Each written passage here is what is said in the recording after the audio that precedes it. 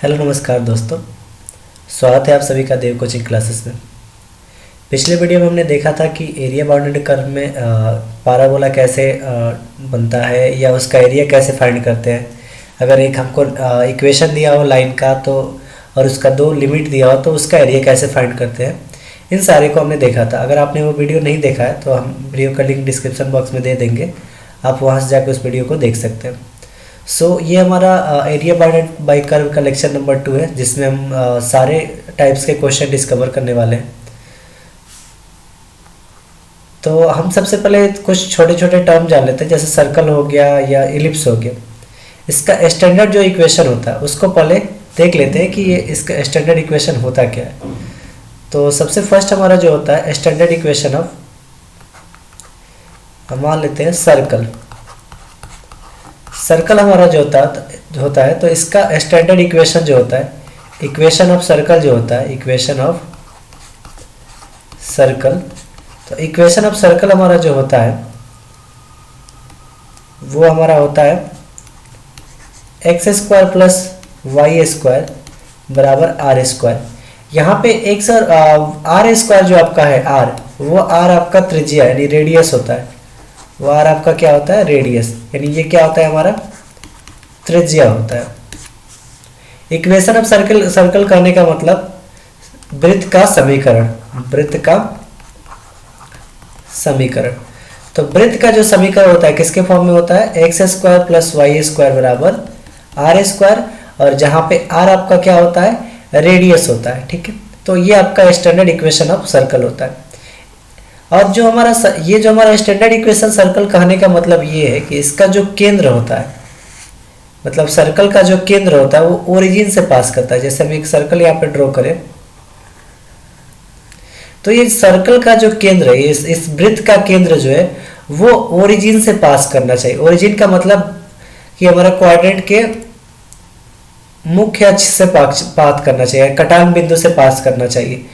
अब इसमें देखिए यहाँ से जो यहाँ तक का डिस्टेंस होता है ये आर होता है, यहाँ से लेके यहाँ तक का दूरी जो होता है आर होता है। तो आपने जनरली पढ़ा भी होगा कि रेडियस जो होता है वो चारों तरफ बराबर होता है। तो इधर भी रेडियस आर ही होगा, इधर भी रेडियस आर होगा, और यहाँ से लेके यहाँ तक का भी रेडियस क्या होगा आर ही होगा। ये हमारा एक्स एक्सिस होता है और ये हमारा वाई एक्सिस होता है। तो इसका सर्कल का एरिया जो हमारा होता है वो क्या होता है पाई आर स्क्वायर। तो ये पाई आर स्क्वायर कैसे होता है, इसको हम इंटीग्रेशन की हेल्प से देखेंगे कि इंटीग्रेशन की हेल्प से हम सर्कल का एरिया कैसे पता कर सकते हैं कि पाई आर स्क्वायर ही होता है। दूसरा चीज ये है कि स्टैंडर्ड इक्वेशन है। अगर मान लेते हैं अगर आपसे जनरली केवल इक्वेशन पूछा जाए सर्कल का या सर्कल वृत्त का समीकरण पूछा जाए, हमने यहाँ पे स्टैंडर्ड इक्वेशन लिखा है, हम यहाँ पे नोट कर देते हैं standard equation of circle. ST का मतलब यहाँ पे हो गया स्टैंडर्ड इक्वेशन ऑफ सर्कल। लेकिन अगर आपसे पूछा जाए कि वृत्त का समीकरण क्या होगा बिना स्टैंडर्ड बोले बताया जाता, वृत्त का जो समीकरण होता है वो होता है आपका x माइनस एच का whole square plus y minus k का होल स्क्वायर बराबर आर स्क्वायर। ये h और जो k है, h और k, h के जो आपके होते हैं वो वृत्त का सेंटर होता है, यानी वृत्त का केंद्र होता है। तो जनरली अगर वृत्त का केंद्र आपका यहाँ पे देखिए सेंटर पे रहेगा, तो सेंटर का जो यहाँ पे जो सेंटर हमारा है तो सेंटर का क्या हो जाएगा, ओरिजिन है तो 0 0 हो जाएगा। एच और के की जगह पे 0 रख देते हैं हम वही चीज। तो इसका जो इक्वेशन बनता है वो x square plus y square equal to r square बन जाता है। तो ये जनरली आपका सर्कल का इक्वेशन है। दूसरा हमको ये देखना है इलिप्स का। इलिप्स का हमको क्या करना है, इलिप्स को देखना है। तो इलिप्स का जो हमारा हिंदी होता है वो होता है दीर्घवृत्त। दीर्घवृत्त। अब देखिए जो दीर्घवृत्त है यानी इलिप्स जो है हमारा, इसका जो स्टैंडर्ड इक्वेशन होता है, स्टैंडर्ड इक्वेशन, हम इक्वेशन की बात नहीं कर रहे, केवल इक्वेशन की बात नहीं कर रहे, इसके स्टैंडर्ड इक्वेशन या इसको बोल सकते हैं डायरेक्टली इक्वेशन। तो देखिए इलिप्स जो हमारा होता है वो कुछ इस शेप का हो सकता है। दो तरह के इलिप्स हो सकते हैं, एक हॉरिजॉन्टल हो सकता है, एक वर्टिकल होता है।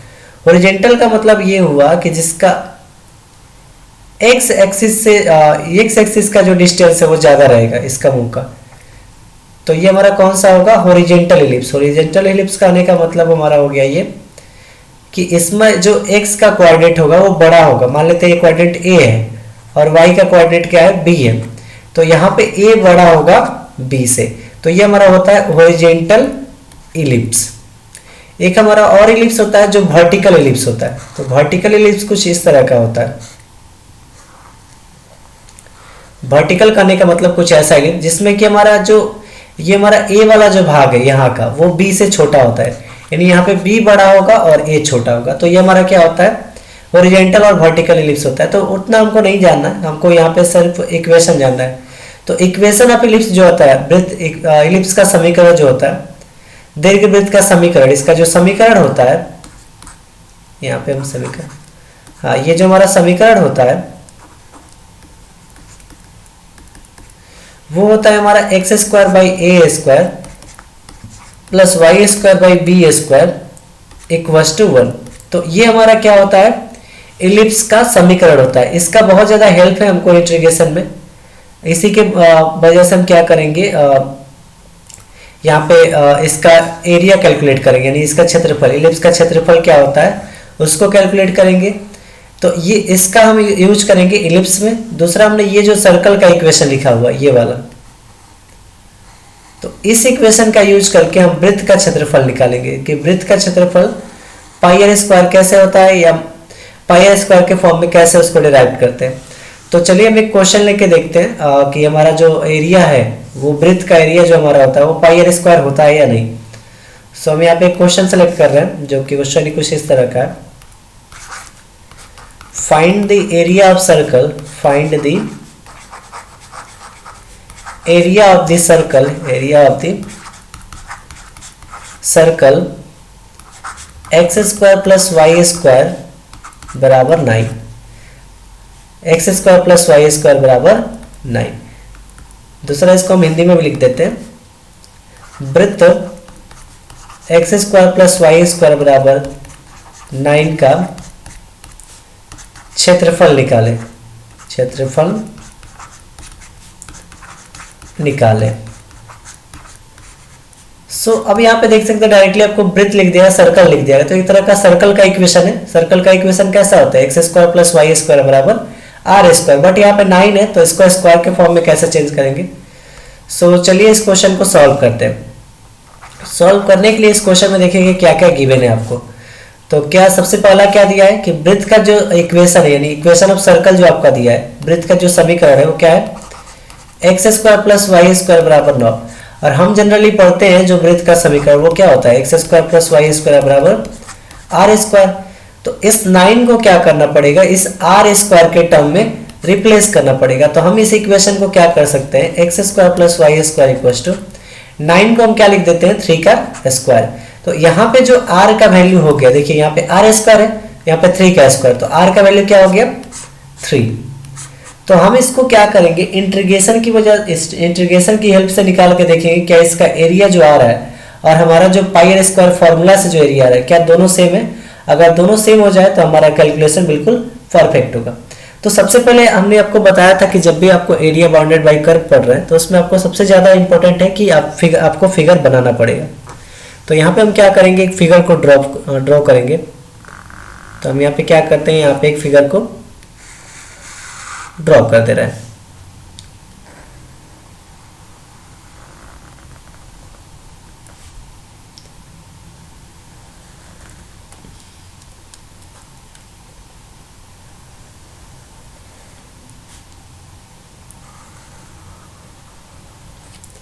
सो हमने यहाँ पे एक फिगर ड्रॉ कर दिया जो सर्कल का शेप है, थोड़ा सा टेढ़ा हो गया है बट कोई बात नहीं।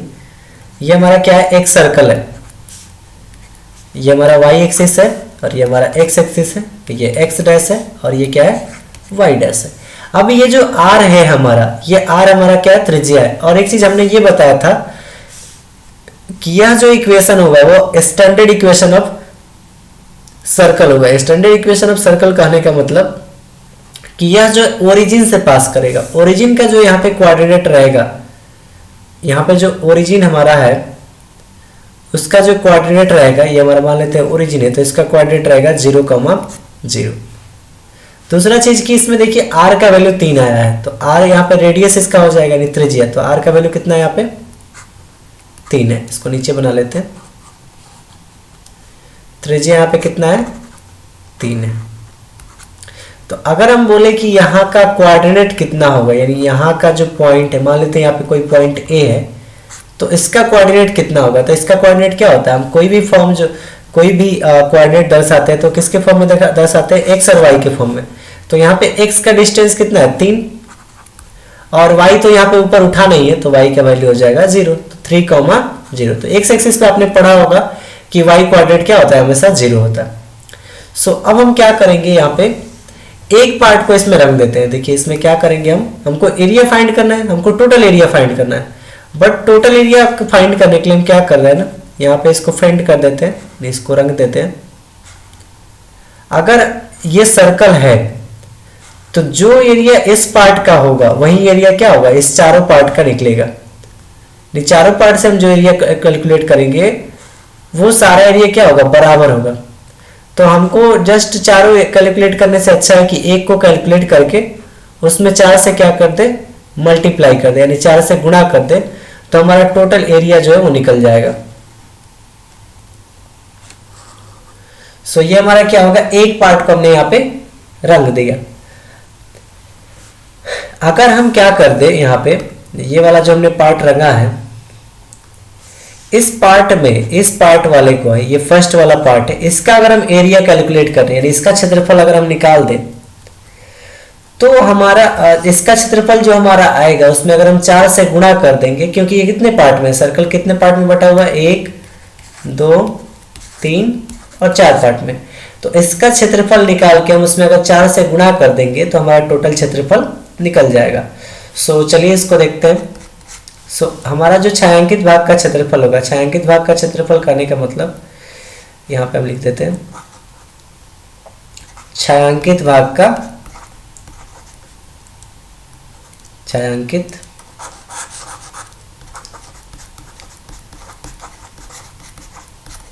भाग का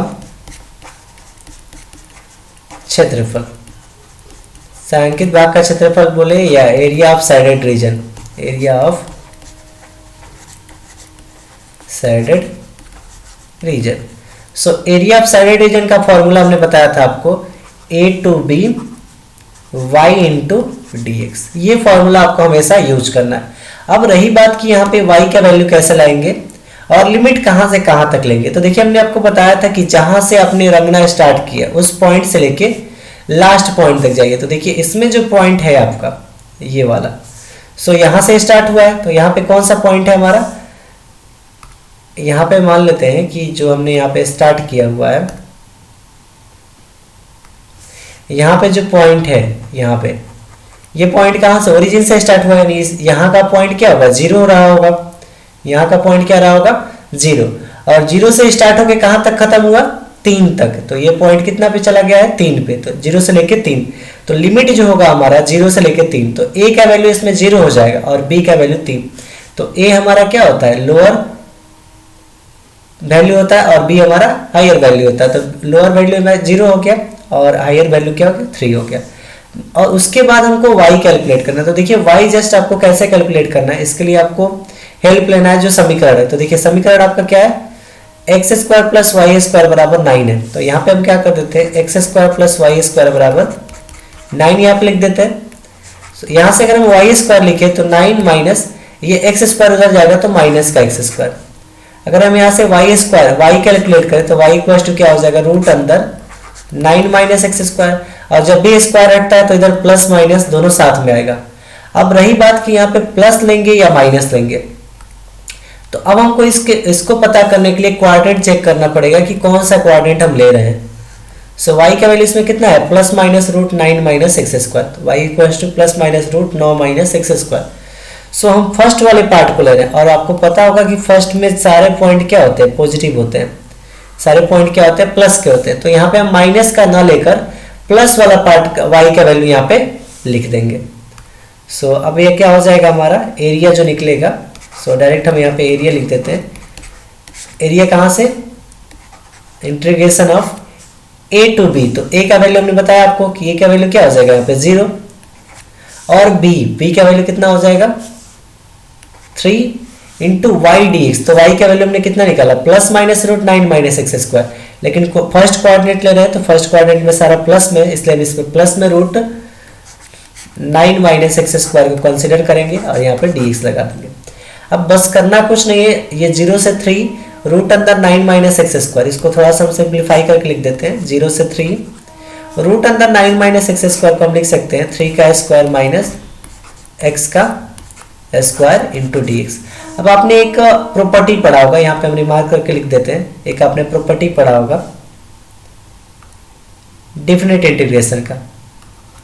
सो ये प्रॉपर्टी क्या होता है हमारा कि अगर मान लेते हैं रूट ए स्क्वायर माइनस एक्स स्क्वायर आ जाए, डी एक्स आ जाए, तो इसका फॉर्मूला जो होगा हमारा, सो इसका जो वैल्यू हो जाता है हमारा वो क्या हो जाता है x/2 रूट अंदर a square minus x square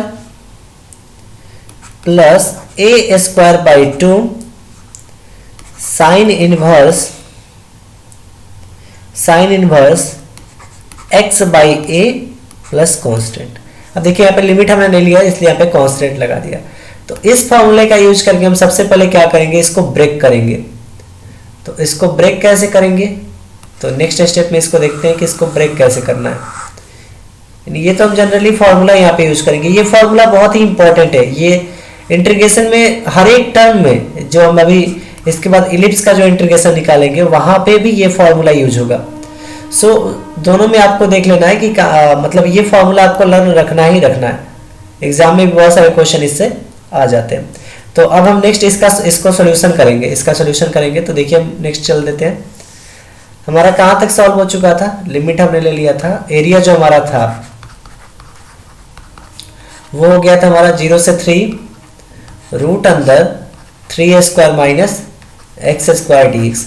हमने फॉर्मूला अगर यूज किया है यहाँ पे, तो यानी फॉर्मूला हमारा क्या है, फॉर्मूला यहाँ पे है, फॉर्मूला को हम यहाँ पे देख लेते हैं। फॉर्मूला क्या है, रूट अंदर a square minus x square d x. तो x/2 रूट अंदर a square minus x square. तो देखिए इसमें x की जगह पे तो x है, लेकिन ए स्क्वायर की जगह पे 3 स्क्वायर। तो सबसे पहले x/2 रूट अंदर a square minus x square. तो ए की जगह पे इसमें क्या है 3, तो 3 square minus x square plus उसके बाद से क्या है हमारा ए स्क्वायर बाई 2। तो ए स्क्वायर बाई 2, तो देखिए यहाँ पे ए स्क्वायर की जगह पे क्या है 3 का स्क्वायर। तो 3 का square by 2 sine inverse x by A, sine inverse x by a formula में है, sine inverse x by a. तो sine inverse x by a, तो एक्स की जगह पे तो एक्स ही है, बाई ए की जगह पे कितना हो गया 3, तो बाई 3। इसके बाद हमारा जो लिमिट है उसको लिखना है।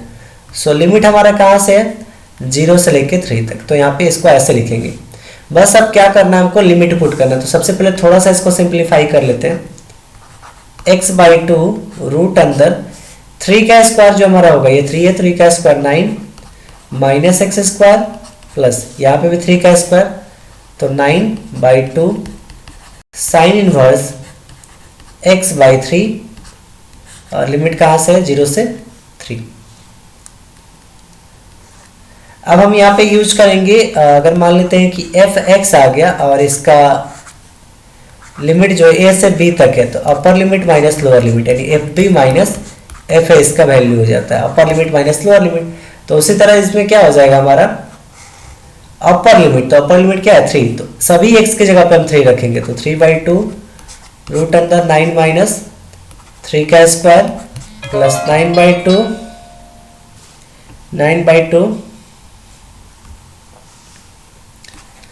Sine inverse x/3। तो x की जगह पे इसमें फिर क्या रखेंगे 3, तो 3/3। ये हमारा क्या हुआ अपर लिमिट हुआ। अब इसमें से माइनस क्या करेंगे हम लोअर लिमिट, तो x की जगह पे अब क्या रखेंगे 0, तो 0/2 इंटू 9 माइनस 0 का स्क्वायर x की जगह पे प्लस 9/2 साइन इनवर्स x/a। तो x की जगह पे 0/3 और यहाँ पे ब्रैकेट क्लोज। बस इसको सॉल्व कर देना है। तो ये क्या हो जाएगा हमारा 3/2 रूट अंदर 9 माइनस 3 का स्क्वायर 9 प्लस 9/2, ये 3 से 3 कट जाएगा 1 बार में, साइन इनवर्स 1, साइन इनवर्स कितना हो जाएगा हमारा यहाँ पे 1 माइनस ये हमारा देखिए यहाँ पे 0/2 है तो 0 से इसमें मल्टीप्लाई कर देंगे, सब टर्म क्या हो जाएगा 0 प्लस 9/2 साइन इनवर्स 0 में 3 से डिवाइड करेंगे 0। सो नेक्स्ट हमारा हो जाएगा यहाँ पे 3/2, 9 में से 9 यहाँ पे देखिए 9 में से 9 जाएगा क्या बचेगा 0, 0 में 3/2 से मल्टीप्लाई हुआ तो 0, तो 0 प्लस 9/2 या 9/2 साइन इनवर्स 1, तो साइन इनवर्स 1, तो देखिए ये जो 1 है वो साइन 90 का वैल्यू है, तो साइन 90 यहाँ पे लिख देंगे और उसके बाद माइनस 0 इसमें ऐड करेंगे तो 0, 9/2 इंटू साइन इनवर्स 0 हमारा क्या हो जाएगा 0। सो ये हो जाएगा हमारा 9/2 साइन इनवर्स साइन थीटा, आपने पढ़ा होगा साइन इनवर्स साइन थीटा हमारा क्या होता है theta. So sine inverse sine 90 क्या हो जाएगा हमारा 90 हो जाएगा। सो 90 जो हमारा ये है ना वो हम डिग्री में लिए है, तो यहाँ पे इसको 90 डिग्री को अगर हम रेडियन में लेंगे तो हम π/2 लेते हैं, तो जनरली हम यहाँ पे क्या यूज कर देते हैं π/2। सो यहाँ पे हम लिख देते हैं इंटू 90 डिग्री को हम यहाँ पे लिख देते हैं π/2, तो साइन π/2 यहाँ पे लिख देंगे π/2 माइनस ये 9/2 में 0 से मल्टीप्लाई होगा 0, सो ये हो जाएगा 9π/3 2 जा 4। सो हमारा आंसर कितना आएगा 9π/4 स्क्वायर यूनिट। सो ये हो जाएगा हमारे इस क्वेश्चन का आंसर। बट अभी आप सोच रहे होंगे कि ये आंसर हो गया है, लेकिन ये आंसर हुआ नहीं आपका। अब देखिए जो हमने टर्म यहाँ पे किए थे ये केवल अभी हमने जो निकाला है एरिया, ये वाला जो हमने एरिया निकाला है ये केवल एक पार्ट का एरिया आया है, हमको 4 पार्ट का एरिया चाहिए, तो अब हमको टोटल रिक्वायर्ड एरिया जो होगा, सो अब यहाँ पे लिखेंगे area of total required area, अब यहाँ पे लिख लेंगे रिक्वायर्ड एरिया जो हमारा होगा वो हो जाएगा 4 इंटू 0 to 3 रूट अंदर 9 माइनस एक्स स्क्वायर dx, क्योंकि 4 से हमको मल्टीप्लाई करना पड़ेगा, जिसका एरिया हमने निकाला है वो तो केवल हमने एक पार्ट का निकाला था, तो हमको टोटल चारों पार्ट का निकालने के लिए उसमें कितना से मल्टीप्लाई करना पड़ेगा 4 से मल्टीप्लाई करना पड़ेगा। तो हम यहाँ पे क्या करेंगे 4 से मल्टीप्लाई करा देंगे, तो सब जब 4 से मल्टीप्लाई कराएंगे तो यहाँ पे क्या बन जाएगा, ये तो 4 का 4 रह जाएगा इंटू ये देखिए ये जो टोटल पार्ट है ये वाला जो पार्ट है इसका आंसर जो आया है, इसका जो एरिया है वो कितना है 9π/4, तो 9π/4 स्क्वायर यूनिट। सो देखिए 4 से 4 हमारा कैंसिल हो जाएगा, तो यहाँ पे क्या बचेगा आपका 9π स्क्वायर यूनिट। सो इस क्वेश्चन का करेक्ट आंसर 9π/4 स्क्वायर यूनिट हो जाएगा। अब हम इसको चेक कर लेते हैं क्या हमारा कैलकुलेशन के अकॉर्डिंग ये आंसर आ रहा है या नहीं। सो हमारा एरिया ऑफ सर्कल क्या होता है πr स्क्वायर होता है, और यहाँ पे जो r का वैल्यू था यहाँ पे देख लेते हैं, एरिया ऑफ हमारा सर्कल क्या होता है πr स्क्वायर होता है, r का वैल्यू यहाँ पे कितना था 3, तो पाई इंटू आर की जगह पर रख दीजिए 3, तो 3 का स्क्वायर, पाई इंटू 3 का स्क्वायर कितना हो जाएगा 9, तो 9 में पाई से मल्टीप्लाई होगा तो 9π। सो देखिए यहाँ से भी हमारा आंसर कितना आया 9π स्क्वायर यूनिट, और वहां से भी आंसर कितना आया 9π स्क्वायर यूनिट। सो हमारा दोनों तरह से क्या है आंसर बिल्कुल करेक्ट है। सो हमारा ये आंसर क्या होगा बिल्कुल परफेक्ट होगा, और इसमें किसी तरह की कोई भी गलती नहीं है। सो अब हम नेक्स्ट क्वेश्चन देखेंगे एरिया ऑफ इलिप्स, यानी इलिप्स का एरिया कैसे फाइंड करेंगे। अब मान लेते हैं कि हम एक क्वेश्चन को सिलेक्ट करने जा रहे हैं जो कि बहुत ही इंपॉर्टेंट क्वेश्चन है, भी एग्जाम में बहुत पूछा हुआ क्वेश्चन है। Find the area of ellipse, find the area of ellipse x square by 16 x square by 16 plus y square by 9 equals to 1। हमको क्या करना है, इस इलिप्स का एरिया फाइंड करना है। इसको हिंदी में लिख देते हैं,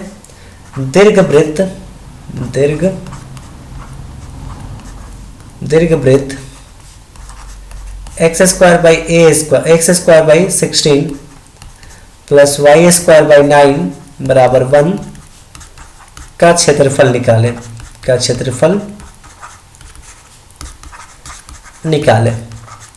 सो हमें क्या करना है, इसका क्षेत्रफल निकालना है। तो सबसे पहले जब भी इस तरह के क्वेश्चन आपको मिले सॉल्व करने के लिए, तो आप स्टैंडर्ड इक्वेशन से इसको ऑब्जर्व कीजिएगा। तो मान लेते हैं हम इसको सॉल्यूशन में लिख रहे हैं, तो हमें क्या गिवन है इसका equation, x square by 16 plus y square by 9 बराबर 1। तो हमारा जो इक्वेशन होता है वो क्या होता है, x square by a square plus y square by b square equals to 1। तो हमको ए और बी के टर्म में इसको पहले रिप्लेस करना पड़ेगा। सो इस इक्वेशन को हम क्या लिख सकते हैं, देखिए इस इक्वेशन को हम लिख देते हैं एक्स स्क्वायर बाई 16 को हम क्या लिख सकते हैं 4 का स्क्वायर, यानी 16 को क्या लिख सकते हैं 4 का square, plus y square by यहाँ पे 9 है तो 9 को क्या लिख सकते हैं 3 का स्क्वायर इक्वल्स टू 1। अब यहाँ पे हम देखेंगे कि ए और बी का वैल्यू क्या हो रहा है। तो ए का वैल्यू कितना हो जा रहा है, यहाँ पे देखिए नीचे में यहाँ पे ए है तो यहाँ पे नीचे ए की जगह पे क्या आ गया 4। बी का वैल्यू देखेंगे तो बी का वैल्यू क्या है यहाँ पे 3, तो बी का वैल्यू लिख देंगे 3। अब यहाँ पे देख रहे हैं ए का वैल्यू जो है बड़ा है बी से, तो ए का वैल्यू जब बी से बड़ा हो तो ये हॉरिजॉन्टल इलिप्स बनता है। कौन सा इलिप्स बनता है, हॉरिजॉन्टल इलिप्स। तो सब चलिए हम इसका कंस्ट्रक्शन कर लेते हैं। सो हमें क्या करेंगे, हॉरिजॉन्टल इलिप्स को ड्रॉ करेंगे। तो हम यहाँ पे एक हॉरिजॉन्टल इलिप्स ड्रॉ कर रहे हैं।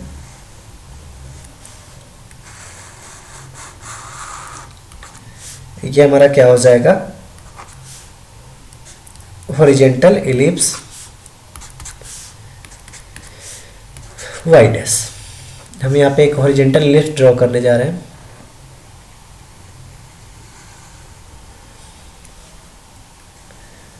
सो हम यहाँ पे इसको ऐसे बना लेते हैं। हमें हमारा ये क्या हो गया, हॉरिजॉन्टल इलिप्स हो गया। ये थोड़ा सा इसको ऐसे कर लेते हैं शेप इसका।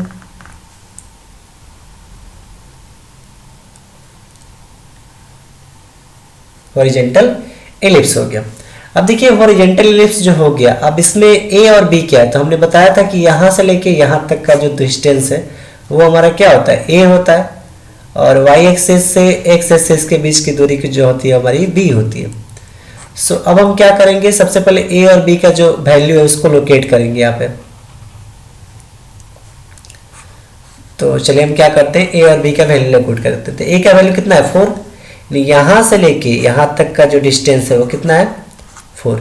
फिर बी का वैल्यू 3 है, तो यहाँ से लेके यहाँ तक नीचे तक ये वैल्यू कितना है 3 है। ये वैल्यू कितना है हमारा यहाँ पे 3 है। सो अगर मान लेते हैं यहाँ का पॉइंट अगर आपको कोई लिखने का बोल दे तो क्या होता है हमारा वाई एक्सिस पे अगर वाई एक्सिस पे हमारा x 0 होता है तो इसको 0, वाई पे कितना है 3, और इसको लिख देंगे 4, 0। मान लेते हैं यहाँ पे पॉइंट ए है और यहाँ पे पॉइंट बी है और यहाँ पे पॉइंट ओ है। ये भी हमारा क्या किससे पास कर रहा है, केंद्र से। अब हमको क्या करना है, इसका क्षेत्रफल फाइंड करना है। तो क्षेत्रफल निकालना अगर है तो अगर हम इस एक पार्ट का, ये वाला जो हमारा पार्ट दिख रहा है, हमने जो हम पार्ट को रंग रहे हैं यहाँ पे पेंट कर रहे हैं, इस वाले पार्ट का अगर हम एरिया कैलकुलेट कर देते हैं और उसमें अगर हम 4 से मल्टीप्लाई कर देंगे तब भी हमारा जो एरिया है ये बिल्कुल फाइंड हो जाएगा। ये बिल्कुल हमारा जो एरिया आना चाहिए वो रिक्वायर्ड एरिया वो निकल जाएगा। सो अब हम देखिए यहाँ पे इसको फाइंड कर दिए, तो इस वाला पार्ट का हम क्या करेंगे, पहले एरिया कैलकुलेट कर लेंगे। तो इस वाले पार्ट का एरिया कैलकुलेट कैसे करेंगे, तो हम फॉर्मूला यूज करेंगे। तो एरिया का फॉर्मूला हमारा क्या होता है, छायांकित भाग का क्षेत्रफल। यहाँ पे हम लिख देते हैं हमारा जो छायांकित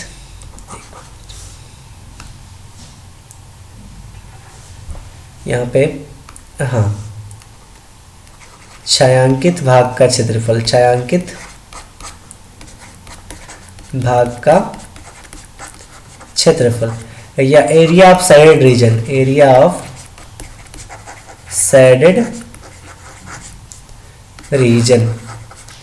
सो एरिया ऑफ शेडेड रीजन हमारा क्या हो जाएगा, देखिए टोटल तो रहेगा उसमें 4 से मल्टीप्लाई करेंगे और लिमिट a से b y into d x. आप सोचेंगे 4 से मल्टीप्लाई क्यों किया हमने, सो 4 से मल्टीप्लाई करने का रीजन ये है कि हमारा एक पार्ट तो हम इससे कैलकुलेट करना है, फिर दूसरा पार्ट ये है, तीसरा पार्ट ये है, चौथा पार्ट ये है। चारों का अगर हम एरिया निकालेंगे तो चारों बराबर आएगा, तो टोटल एरिया निकालने के लिए हमको चारों को जोड़ना पड़ेगा। तो सबसे अच्छा कि हम एक का निकालेंगे उसमें 4 से गुणा कर देंगे, तो भी हमारा क्या होगा, एरिया फाइंड होगा। अब रही बात कि इसमें y कहाँ से आएगा, और a भी तो यहाँ पे जनरली आपको दिख ही रहा है, तो a से b यहाँ पे रख लेंगे। लेकिन a भी जो ये वाला वैल्यू आपको दिख रहा है, ये वाला a भी यहाँ पे नहीं रहेगा, इसको हम a डैश b डैश मान लेते हैं ताकि इसमें आपको कंफ्यूजन ना रहे। यहाँ पे हम a डैश b डैश कर लेते हैं। ये वाला जो a b है वो आपका अपर लिमिट और लोअर लिमिट है। तो अपर लिमिट जहाँ से स्टार्ट हुआ है, लोअर लिमिट जहाँ से स्टार्ट हुआ है, और अपर लिमिट जहाँ पे खत्म हुआ है। तो 0 से स्टार्ट होके कहाँ तक खत्म हुआ है, 4 तक। तो इसका लिमिट जो होगा 0 से लेके 4 तक हो जाएगा। तो इसमें जो हमारा ये क्या हो जाएगा, 4 इंटू लिमिट कहाँ से लेके 0 से लेके 4 तक। देखिए नीचे वाले पार्ट से हम ले रहे हैं एक्स एक्सिस से, सो एक्स एक्सिस से क्या हो जाएगा हमारा 0 से 4 y इंटू डी एक्स, 0 से 4 y इंटू डी एक्स। तो यहाँ पे हम क्या यूज करेंगे, इसमें क्या यूज करेंगे हम 4 इंटू 0 से 4 और y इंटू डी एक्स। अब रही बात कि y कहाँ से कैलकुलेट करेंगे, तो ये जो इक्वेशन आपका है, ये जो इक्वेशन गिवन है, इसी इक्वेशन से आपको क्या करना है, y कैलकुलेट करना है, ये वाले इक्वेशन से। सो चलिए y कैलकुलेट कर लेते हैं। इसको मान लेते हैं इक्वेशन फर्स्ट। अब हमारा जो इक्वेशन है एक्स स्क्वायर बटा 16 प्लस वाई स्क्वायर बटा 9 बराबर क्या है हमारा 1। यहाँ पे हम क्या कर देते हैं, वाई स्क्वायर बाई 9 को इधर ही रख देते हैं, और 1 माइनस एक्स स्क्वायर बाई 16 को उधर भेज देते हैं, एक्स स्क्वायर बाई 16। सो ये न्यू फॉर्मेशन होगा, तो क्या हो जाएगा, y square by 9 equals to, यहाँ पे 16 एलसीएम ले लेते हैं, तो 16 एलसीएम हो जाएगा, तो ये हो जाएगा 16 माइनस एक्स स्क्वायर। तो अगर हम यहाँ से वाई स्क्वायर लिखे तो वाई स्क्वायर इक्वल्स टू क्या हो जाएगा, 9 by 16 into 16 minus x square. देखिए 9 उधर चला जाएगा, अपॉन में 16 है तो 9 अपॉन 60 बाहर, और 16 माइनस एक्स स्क्वायर हम यहाँ पे लिख देंगे। लेकिन हमको केवल यहाँ पे y चाहिए और यहाँ पे वाई स्क्वायर है, तो यहाँ पे जो अगर हम y निकालेंगे तो y equals to plus minus root अंदर हमारा क्या आएगा, हमारा 9 upon 16 into 9 upon 16 into 16 minus x square आएगा। बट इसमें हम क्या करेंगे, 9 का और 16 का स्क्वायर रूट निकल जाता है, तो प्लस माइनस 9 का स्क्वायर रूट कितना आता है 3 अपॉन 16 है, तो 16 का स्क्वायर रूट कितना आता है 4, और रूट में क्या बच जाएगा आपका 16 माइनस एक्स स्क्वायर। दूसरा चीज ये है कि इसमें प्लस में लेंगे माइनस में, तो इस फर्स्ट पार्ट में हमारा सब क्या होता है प्लस में, तो यहाँ पे जो इस y का वैल्यू लेंगे हम वो प्लस का 3/4 रूट अंदर 16 माइनस एक्स स्क्वायर लेंगे। तो चलिए हम इस इक्वेशन को मान लेते हैं सेकेंड है। अब इक्वेशन सेकंड से जो y का वैल्यू आया है उस इक्वेशन फर्स्ट में पुट कर देते हैं। So from equation first and second, from 1 and 2। So first equation हमारा क्या है, एरिया जो हमारा हो जाएगा वो क्या हो जाएगा 4 into 0 to 4 y into d x, और हमने y का वैल्यू क्या कैलकुलेट किया 3/4 रूट अंदर 16 माइनस एक्स स्क्वायर। प्लस में 3/4 है तो प्लस 3/4 लिखिए, या केवल ऐसे 3/4 लिखिए, दोनों का वैल्यू सेम होगा। तो ये हमारा कितना हो जाएगा 4 इंटू 0 to 4, और हमारा y का वैल्यू, तो y का वैल्यू क्या है हमारा 3/4 रूट अंदर 16 minus x square d x. अब देखिए ये 3/4 है हमारा कांस्टेंट है, तो इसको बाहर निकाल लेते हैं, तो 4 इंटू ये 3/4 बाहर आ जाएगा, और लिमिट कहाँ से लग जाएगा 0 से 4 और रूट में 16 minus x square d x. Just like जिस तरह हमने इस पिछले सम को सॉल्व किया है वही प्रॉपर्टी यहाँ पे यूज करना है, तो डायरेक्ट हम प्रॉपर्टी यूज कर देते हैं। 3 इंटू 0 to 4 रूट अंदर 16 minus x square d x. So ये हमारा क्या हो जाएगा 3 इंटू, अब हम यहाँ पे प्रॉपर्टी यूज करेंगे, तो 16 माइनस एक्स स्क्वायर, तो x/2 रूट अंदर a square minus x square. तो a की जगह पे क्या 16 है, तो 16 को हम क्या लिख सकते हैं, 16 को 4 का स्क्वायर लिख देते हैं, यहाँ पे 16 है तो इसको 4 का स्क्वायर लिख देते हैं, तो a square minus x square, तो a स्क्वायर यानी 4 का square minus x square. Plus a square by 2, तो ए स्क्वायर की जगह पे 4 square by 2 sine inverse x by a, तो x का वैल्यू कितना है, x बाई ए का वैल्यू 4। लिमिट कहाँ से लेना है, 0 से 4 तक। बस जस्ट लाइक इसमें क्या करना है, लिमिट को पुट कर देना है। तो 3 बाहर हो जाएगा, लिमिट पहले 4 रखना है, तो ये लिमिट हम 4 रखेंगे तो 4 बाई 2 रूट अंदर 4 का स्क्वायर माइनस यहाँ पे फिर 4 का स्क्वायर प्लस 4 का स्क्वायर हमारा यहाँ पे क्या हो जाएगा 16 by 2 sine inverse x by 4, तो x की जगह पे 4 फिर बाई 4 माइनस फिर यहाँ पे 0 रखेंगे तो ये हो जाएगा 0 बाई 2 रूट अंदर 4 का स्क्वायर माइनस 0 का स्क्वायर प्लस 4 का स्क्वायर यहाँ पे फिर से 16/2 sign inverse x by a, तो x की जगह पे क्या रखेंगे हम 0, लोअर लिमिट रख रहे हैं तो 0/4 इंटू और ये हमारा ब्रैकेट क्या हो जाएगा, क्लोज हो जाएगा। अब ये 3 इंटू ये देखिए ये 4 का स्क्वायर क्या बन जाएगा हमारा 0 माइनस होके 0 में 4 बाई 2 से मल्टीप्लाई करेंगे तो प्लस का 0, 2 8 जो हमारा 16 कट जाएगा तो प्लस का 8, 4 से 4 कट जाएगा 1 बार में तो 8 साइन इनवर्स 1, 0 बाई 2 तो हमारा 0 और 0 में 4 स्क्वायर माइनस 0 से मल्टीप्लाई करेंगे तो 0 प्लस ये कटेगा 2 8 जा 16 तो 8 साइन इनवर्स 0 में 4 से डिवाइड करेंगे तो 0। सो अब हम यहाँ पे क्या बचा 3 इंटू 0 में 8 साइन इनवर्स 8 जोड़ेंगे तो 8 साइन इनवर्स 1 माइनस इसमें जोड़ेंगे तो 8 साइन इनवर्स 0। सो लास्ट हमारा step 3 into 8 into sine inverse x, sine inverse 1 का वैल्यू क्या हो जाएगा pi by 2 minus 8 into sine inverse 0 का वैल्यू क्या हो जाएगा 0, तो ये हो जाएगा 3 इंटू 8 इंटू पाई बाई 2, ये माइनस 0 है हमारा तो इसको हम ऐसे लिख देते हैं एक बार 3 इंटू ये कट जाएगा 2 4 जा 8 4 बार में तो 4 पाई माइनस 8 में 0 से मल्टीप्लाई बाय 0, सो ये हमारा हो जाएगा 3 इंटू इसमें बच जाएगा 4 पाई में से 0 जाएगा तो 4 पाई, तो 3 में 4 पाई से मल्टीप्लाई करेंगे तो 3 4 जा 12 पाई, तो ये हमारा जो 12 पाई आएगा एरिया किसका आ जाएगा स्क्वायर यूनिट, ये एरिया ऑफ इलिप्स हो जाएगा। तो एरिया ऑफ इलिप्स जो हमारा होगा एरिया ऑफ इलिप्स इस इक्वेशन का वो हो जाएगा 12 पाई। इसको जनरली आप स्क्वायर यूनिट, इसको अगर आपको मान लीजिए चेक करना हो कि आपका आंसर सही है नहीं तो इसके लिए आपको क्या करना है, ये जो आपका एरिया है देखिए एरिया इसका जो होता है इसका फॉर्मूला होता है pi by 4 a into b, pi a into b होता है पाई ए इंटू बी, तो पाई अब इसमें ए बी कौन सा रखना है जो इसके नीचे वाला पार्ट है, तो ए का वैल्यू कितना है 4 तो इंटू 4 इंटू बी का वैल्यू कौन सा रखना है 3 तो बी का वैल्यू 3, तो 3 4 जा 12 में पाई से मल्टीप्लाई करेंगे तो 12 पाई, तो देखिए यहाँ से भी 12 पाई आया आपका आंसर और इधर कैलकुलेशन से भी क्या आया आपका 12 पाई आया। तो एक दो क्वेश्चन और हम कर लेते हैं ताकि ये हमारा इंटीग्रेशन बिल्कुल कंप्लीट हो जाए। सो चलिए नेक्स्ट क्वेश्चन हम देखते हैं। नेक्स्ट क्वेश्चन है हमारा, सो एक क्वेश्चन हम लिखते हैं यहाँ पे। क्वेश्चन है हमारा कुछ ऐसा, find the area of the region, find the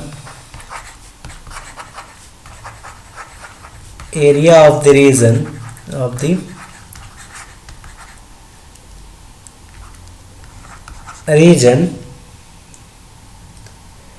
bounded by the curve bounded by the curve x square equals to y and the line y equals to x। So हमको क्या करना है, find the area of the region bounded by the curve x square equals to y and the line y equals to 1 x. So इसको हिंदी में लिख देते हैं, वक्र एक्स स्क्वायर बराबर वाई द्वारा रेखा y बराबर x से घिरे क्षेत्र का क्षेत्रफल निकालें। घिरे क्षेत्र का क्षेत्रफल निकालें। सो सबसे पहले इसमें कंसेप्ट एक आएगा आपका पैराबोला का, दूसरा आपका इक्वेशन ऑफ लाइन का आएगा। सो चलिए इस क्वेश्चन को सॉल्व करते हैं। क्वेश्चन में सबसे पहले आपको दिया है कि find the area of the region, curve क्या है आपका एक्स स्क्वायर बराबर वाई, यानी वक्र क्या दिया है आपको एक्स स्क्वायर बराबर वाई। ध्यान से देखिए, देखने से आपको लग रहा होगा कि हमने लेक्चर फर्स्ट में आपको बताया कि ये जो है एक पैराबोला का इक्वेशन है। अब इसका शेप कैसा बनेगा, तो हम सबसे पहले यहाँ पे क्या लिखेंगे, एक्स और वाई का पावर। तो x का पावर कितना है यहाँ पे 2, तो x का पावर 2 इंटू वाई का पावर कितना हो जाएगा, y का पावर कुछ नहीं है यानी 1। दोनों तरफ चेक करेंगे क्या किसी तरफ प्लस या माइनस है, तो कुछ नहीं है यानी ये प्लस का 2 1 है। तो प्लस का 2 1 का हमने बताया था कि ये ऊपर की तरफ पैराबोला बने यानी अपवर्ड साइड पैराबोला बनेगा। तो हम सबसे पहले क्या करते हैं, एक अपवर्ड साइड पैराबोला ड्रॉ कर लेते हैं। तो देखिए कुछ ऐसा पैराबोला बनेगा हमारा। अपवर्ड करने का मतलब ये हुआ कि ये जो पैराबोला है यह कुछ इस शेप का रहेगा, ये कुछ इस शेप का रहेगा।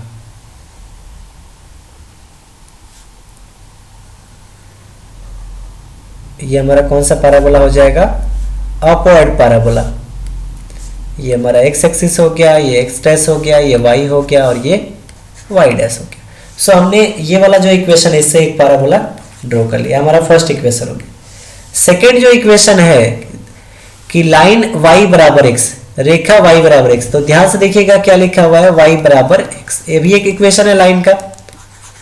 ये किसका इक्वेशन, ये 2 1 का कंसेप्ट आप समझ गए होंगे। सो ये फर्स्ट हमारा क्या था, ये फर्स्ट हमारा था इक्वेशन, यहाँ पे फिर से लिख देते हैं एक्स स्क्वायर बराबर वाई, ये हमारा फर्स्ट इक्वेशन हो गया। दूसरा हमारा क्या है y इक्वल्स टू एक्स। तो देखिए यहाँ पे जब भी आपको इस तरह के इक्वेशन दे और जिसमें कोई भी अचर राशि नहीं दे, जैसे कि मान लेते हैं कि y बराबर x प्लस 7 दे दे, या y बराबर 8x दे दे, या y बराबर 9 8y बराबर 81x दे दे। सो देखिए इसमें क्या होगा, ये दोनों जो होगा वो ओरिजिन से पास करेगा, बट इसमें कांस्टेंट आ जाने की वजह से इसका जो शेप होगा, इसका जो ग्राफ बनेगा वो ओरिजिन से पास नहीं करके कहीं ना कहीं डिफ्लेक्ट हो जाएगा। तो आपको जो दिख रहा है यहाँ पे, इसमें अचर इसमें कोई भी कांस्टेंट नहीं जोड़ा गया। देखिए y बराबर क्या है x, तो कोई भी जब कांस्टेंट नहीं जोड़ा गया तो ये हमेशा ओरिजिन से पास करेगा। अब अगर इसको आपको थ्योरेटिकल देखना है तो एक लाइन का इक्वेशन है, तो बना लेते हैं यहाँ पे एक टेबल बना लेते हैं x और y। मान लेते हैं कि हम x का वैल्यू अगर 0 रखते हैं तो x की जगह पे 0 रखेंगे तो y कितना आएगा, x की जगह पे अगर हम यहाँ पे 0 रखते हैं तो y कितना आएगा, 0 आएगा। और अगर x की जगह पे 1 रख दे तो y भी 1 आएगा। यानी ये कहां से पास करेगा, 0 पे 0, तो 0 पे 0 कहां पे होगा, ओरिजिन पे, तो इस वाले पॉइंट पे होगा। और 1 पे 1, तो मान लेते हैं 1 पे 1 कहीं इस पॉइंट पे हो गया, इस पॉइंट पे कहीं क्या हो गया, 1 पे 1 हो गया। दूसरा अगर -1 रखेंगे तो नीचे चला आएगा, -1 इसी शेप में होगा ना नीचे में, तो यहाँ पे मान लेंगे कि हमारा क्या आ जाएगा -1। सो अब हम क्या करेंगे, इससे एक लाइन ड्रॉ कर देंगे। तो ये लाइन हम कुछ ऐसा ड्रॉ कर रहे हैं, ये हमारा क्या बन जाएगा, इसका लाइन ड्रॉ हो जाएगा। अब देखिए ये जो लाइन हम ड्रॉ करने, एक मिनट,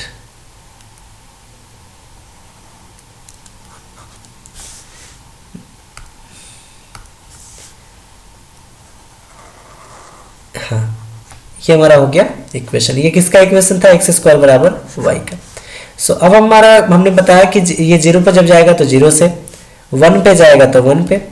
तो हम क्या कर देते हैं, एक लाइन को यहाँ पे ड्रॉ कर देते हैं जो इसका शेप कुछ ऐसा होगा। ये हमारा क्या हो गया, लाइन हो गया किसका, y बराबर x का, y बराबर x का हमारा क्या होगा, ये लाइन हो गया। अब देखिए इसमें कौन सा शेप आपको रंगना है, यानी रंग सबसे मोस्ट इंपॉर्टेंट यही होता है कि रंगा कहाँ जाए या कौन सा शेप हमको कैलकुलेट करना है। तो देखिए जो पोर्शन इस रेखा और इस वृत्त के द्वारा घिर रहा है, इस वक्र के द्वारा घिर रहा है, देखिए ये हमारा वक्र है या पाराबोला है। तो ये पाराबोला जो है हमारा, ये पाराबोला और ये जो लाइन है इससे कौन सा क्षेत्रफल घिर रहा है, ये वाला, ये देखिए ये वाला हमारा क्षेत्र क्या हो रहा है, यहाँ पे घिर रहा है। तो इसी क्षेत्रफल, इसी क्षेत्र का हमको क्या निकालना पड़ता है, एरिया निकालना पड़ता है। तो इसका एरिया कैसे निकालेंगे, बड़ा मोस्ट इंपॉर्टेंट चीज है यहाँ पे। सो अब आप क्या करेंगे ना, जब इसका एरिया आपको फाइंड करना है तो आपको करना क्या है, ये जो पॉइंट दिख रहा है यहाँ पे, जहां पे ये कटान बिंदु दिख रहा है ये वाला, यहां से एक परपेंडिकुलर लाइन एक्स एक्सिस पे डाल दीजिए। सो एक्स एक्सिस पे हमने क्या किया, एक परपेंडिकुलर लाइन यहाँ पे ड्रॉ कर दिया। अब ये जहां पे कट रहे हैं, देखिए ये हमारा किसका इक्वेशन है, दो इक्वेशन यहाँ पे है। एक तो हमारा इक्वेशन है किसका, एक हमारा लाइन का इक्वेशन है और दूसरा हमारा किसका इक्वेशन है, वृत्त का इक्वेशन है। जब दोनों को सॉल्व करेंगे तो यहाँ का कटान बिंदु निकल जाएगा।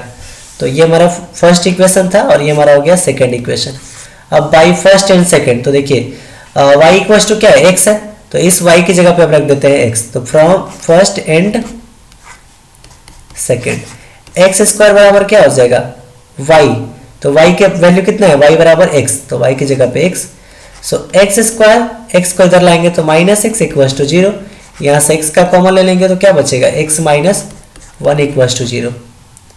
सो यहाँ से अगर हम देखें तो x का वैल्यू क्या हो जाएगा 0 और x माइनस 1 इक्वल टू भी 0, x 0 and x equal to 1। दो वैल्यू आएंगे x के, एक x इक्वल टू 0 और एक x इक्वल टू 1। तो देखिए ये जो ग्राफ है दो जगह कटा है, एक यहाँ पे और एक यहाँ पे। दूसरा x का वैल्यू, जब हम x का दो वैल्यू आया था, अगर x का वैल्यू 0 लेंगे तो y का वैल्यू कितना आएगा, देखिए सेकेंड इक्वेशन से अगर x का वैल्यू 0 हुआ तो y का वैल्यू कितना हो जाएगा, 0 हो जाएगा। और अगर x का वैल्यू 1 हुआ, x का वैल्यू 1 हुआ तो y वैल्यू कितना हो जाएगा, ये भी 1 हो जाएगा। तो 1 1 पे ये कट रहा है, देखिए 0 0 तो हमारा ओरिजिन हो गया, लेकिन ये जो 1 1 है ये किस पॉइंट को दिखाएगा, इस वाले पॉइंट को दिखाएगा। तो यहाँ का जो कोऑर्डिनेट रहेगा आपका ये वाला, यहाँ का कोऑर्डिनेट कितना हो जाएगा 1 1 1। तो ये देखिए लिमिट कहाँ से, अगर मान लेते हैं, अगर आपसे कोई पूछे कि लिमिट आपको कहाँ से लेना होगा, तो लिमिट आप लेंगे 0 से 1। ये किसका लाइन है, x इक्वल टू 1 का लाइन हो जाएगा। सो अब हमको क्या करना है, इसमें एरिया कैलकुलेट करना है। तो एरिया कैलकुलेट करने के लिए मोस्ट सुटेबल चीज इसमें क्या है कि इसको सेट कैसे करें, यानी कौन से पोर्शन के एरिया में से कौन सा एरिया हम क्या करें, सबट्रैक्ट करें। तो देखिए आपको क्या करना है, देखिए ये वाला जो पार्ट है, हमने क्या किया, ये इस वाले पार्ट को थोड़ा सा और, ये वाला जो पार्ट है, ये लाइन का जो समीकरण है, लाइन का समीकरण, रेखा का जो समीकरण है, ये हमारा रेखा हो गया। रेखा का समीकरण से अगर हम क्षेत्रफल निकालेंगे तो हमने बताया कि x एक्सिस का हमको क्या देगा, क्षेत्रफल देगा। अगर dx लेके सॉल्व कर रहे हैं तो x एक्सिस का क्षेत्रफल देगा। तो देखिए टोटल का क्षेत्रफल देगा, यानी इसका भी देगा और इसका भी देगा, दोनों का क्षेत्रफल देगा। तो सबसे पहले तो इसका क्षेत्रफल निकालना पड़ेगा, इस वाले का एरिया का क्षेत्रफल निकालना पड़ेगा। फिर हमको केवल ये वाला क्षेत्रफल चाहिए, तो इस वाले का क्षेत्रफल घटाना पड़ेगा, इस वाले पार्ट का हमको क्षेत्रफल क्या करना पड़ेगा, घटाना पड़ेगा। तो हम क्या करेंगे, इस पाराबोला का क्षेत्रफल जो होगा वो क्या निकालेगा, पाराबोला यहां से लेके यहां तक है, तो इसके नीचे वाले भाग का क्या होगा, इस नीचे वाले भाग का क्षेत्रफल निकाल देगा। तो इस लाइन से जो क्षेत्रफल निकलेगा और पाराबोला से क्षेत्रफल निकलेगा, लाइन के क्षेत्रफल में से पाराबोला का क्षेत्रफल हम घटा देंगे तो जो हमको क्षेत्रफल निकालना है वो मिल जाएगा। तो यहाँ पे जो छायांकित भाग का क्षेत्रफल हो जाएगा, छायांकित भाग का क्षेत्रफल वो क्या हो जाएगा हमारा, लिमिट कहां से लेंगे, 0 से 1, 0 से 1। सबसे पहले लाइन का क्षेत्रफल, तो लाइन का क्षेत्रफल हमारा क्या हो जाएगा, y बराबर x है, तो y लाइन l लिख देते हैं, लाइन dx माइनस, फिर हमको कौन सा घटाना है, पाराबोला का। तो पाराबोला हमारा कहां से है, 0 से 1 तक है, तो उसको भी ले लेंगे 0 से 1 और वहां पे लिख देंगे yp dx। देखिए ये yl जो है आपका, यहाँ पे हम डिनोट कर देते हैं वाई एल जो आपका है ये लाइन का इक्वेशन है, लाइन का इक्वेशन यानी रेखा का समीकरण है। और वाई पी जो है आपका ये पाराबोला है, पाराबोला यानी कर्व का समीकरण है, यानी वक्र का समीकरण है। सो यहाँ पे वाई एल हमारा क्या हो जाएगा, देखिए ये हमारा किसका इक्वेशन है, पाराबोला का। X square equal to y किसका इक्वेशन है, पाराबोला का, यानी वाई इक्वल टू यहाँ पे क्या है, एक्स स्क्वायर। तो इस वाई एल की जगह पे हम रखेंगे एक्स स्क्वायर। तो 0 से 1 वाई एल की जगह पे हम क्या रख देंगे, x square into d x minus 0 से 1 वाई पी। एक मिनट, यहाँ पे वाई एल है ना, तो वाई एल तो हम ये रखेंगे ना लाइन वाला। सो ये हमारा क्या निकलेगा, वाई पी है, ये वाई पाराबोला का इक्वेशन है। वाई एल हमारा ये वाला है, ये वाला पोर्शन जो आप देख रहे हैं ये रेखा का समीकरण है। तो वाई एल कितना है, एक्स। तो वाई का वैल्यू कितना है, एक्स। तो इस वाई एल की जगह पे रखेंगे एक्स माइनस 0 से 1 यहाँ पे कौन सा वैल्यू रखेंगे, वाई पी। तो वाई पी का वैल्यू क्या है, एक्स स्क्वायर डी एक्स। सो अब हम क्या करेंगे, इसको जब हम कैलकुलेट कर लेंगे तो हमारा जो छायांकित भाग का क्षेत्रफल है यानी जो हमको एरिया रिक्वायर्ड है वो निकल जाएगा। सो नेक्स्ट पेज में इसको देखते हैं। ये हमारा क्या होगा, यहाँ पे क्षेत्रफल जो है एरिया, एरिया का फॉर्मूला में यहाँ पे क्या लिखे, 0 से 1 x into d x minus 0 से 1 और ये कितना हो गया था, x square into d x. देखिए जब आपको लिमिट दोनों में बराबर दिख रहा है, देखिए इसमें भी 0 से 1 है, इसमें भी 0 से 1 है, तो आप क्या कर सकते हैं, एक जगह इसमें लिमिट ले सकते हैं, यहाँ पे x है और यहाँ पे एक्स स्क्वायर है, तो इसको लिखते हैं x माइनस एक्स स्क्वायर और यहाँ पे dx। सो ये क्या हो जाएगा हमारा 0 से 1। अब इसको इंटीग्रेट कर ही देते हैं, यहाँ पे क्या हो जाएगा हमारा x, यहाँ पे सबसे पहला क्या है हमारा x, तो x का इंटीग्रेशन क्या हो जाएगा, x square by 2 minus x square है, तो एक्स स्क्वायर का इंटीग्रेशन क्या हो जाएगा, x का पावर 3 बाई 3। अगर मान लेते हैं आपको ऐसा नहीं समझ में आ रहा है थोड़ा सा, तो फिर से लिख देते हैं यहाँ पे। देखिए यहाँ पे मान लेते हैं x का पावर कुछ नहीं है, ये वाला जो पोर्शन है हमारे पास ये वाला, इसमें x का पावर कुछ नहीं यानी 1 है और इसमें x का पावर 2 है, तो हम यहाँ पे पावर फॉर्मूला यूज कर लेंगे। तो 1 + 1 बाई 1 + 1 माइनस x का पावर 2 है तो x का पावर 2 + 1 बाई में 2 + 1 और लिमिट कहाँ से लेंगे, 0 से 1। तो ये क्या हो जाएगा हमारा x का पावर 1 + 1 तो x का power 2 by 1 + 1 is 2 minus x का पावर 2 + 1 तो x का पावर 3 बाई 2 + 1 इज 3 और लिमिट कहाँ से होगा, 0 से 1 तक। अब करना कुछ नहीं है, इसमें upper limit minus lower limit का कंसेप्ट लगा देना है। सो अपर लिमिट हमारा क्या है 1, तो x की जगह पे हम क्या रखेंगे 1 रखेंगे, तो ये हो जाएगा 1 का स्क्वायर बाई 2 माइनस 1 का क्यूब बाई 3 माइनस फिर हम 0, तो यहाँ पे लोअर लिमिट में क्या रखेंगे 0, तो ये 0 का स्क्वायर बाई 2 माइनस 0 का क्यूब बाई 3 और ये ब्रैकेट क्लोज। अगर हम यहाँ पे 1 का क्यूब करेंगे तो ये क्या हो जाएगा हमारा 1 का स्क्वायर, तो 1 का स्क्वायर 1 बाई 2 माइनस अगर हम 1 का क्यूब करेंगे तो 1 का क्यूब 1 बाई में 3 माइनस ये 0 का स्क्वायर अपॉन 2 क्या हो जाएगा हमारा 0 माइनस 0 का क्यूब अपॉन 3 ये भी क्या हो जाएगा हमारा 0। सो फाइनली यहाँ पे बचेगा क्या चीज हमारे पास 1/2 माइनस 1/3 माइनस 0, इसको ब्रैकेट से बाहर कर देते हैं तो 1/2 माइनस 1/3। अब 1/2 माइनस 1/3 में से हम किसका एलसीएम ले सकते हैं, 2 और 3 का एलसीएम ले सकते हैं 6। सो 2 3 जा 6 तो 1 3 यहाँ पे 3 माइनस 3 2 जा 6 तो माइनस का ये 2, तो हमारा 3 में से 2 जाएगा यहाँ पे, तो क्या बचेगा आपका ये बच जाएगा 1 अपॉन का ये 6, तो 1/6 स्क्वायर यूनिट। तो 1/6 आपका क्या आया स्क्वायर यूनिट, ये एरिया आया। सो अब पूछेंगे ये 1/6 स्क्वायर यूनिट किसका एरिया है, तो आप यहाँ पे देख सकते हैं कि ये वाला जो पोर्शन हमको एरिया कैलकुलेट करना है जिस पोर्शन का, उसी पोर्शन का एरिया कितना आ गया हमारा 1/6 स्क्वायर यूनिट। 1 अपॉन यहाँ पे आया 1/6 यूनिट।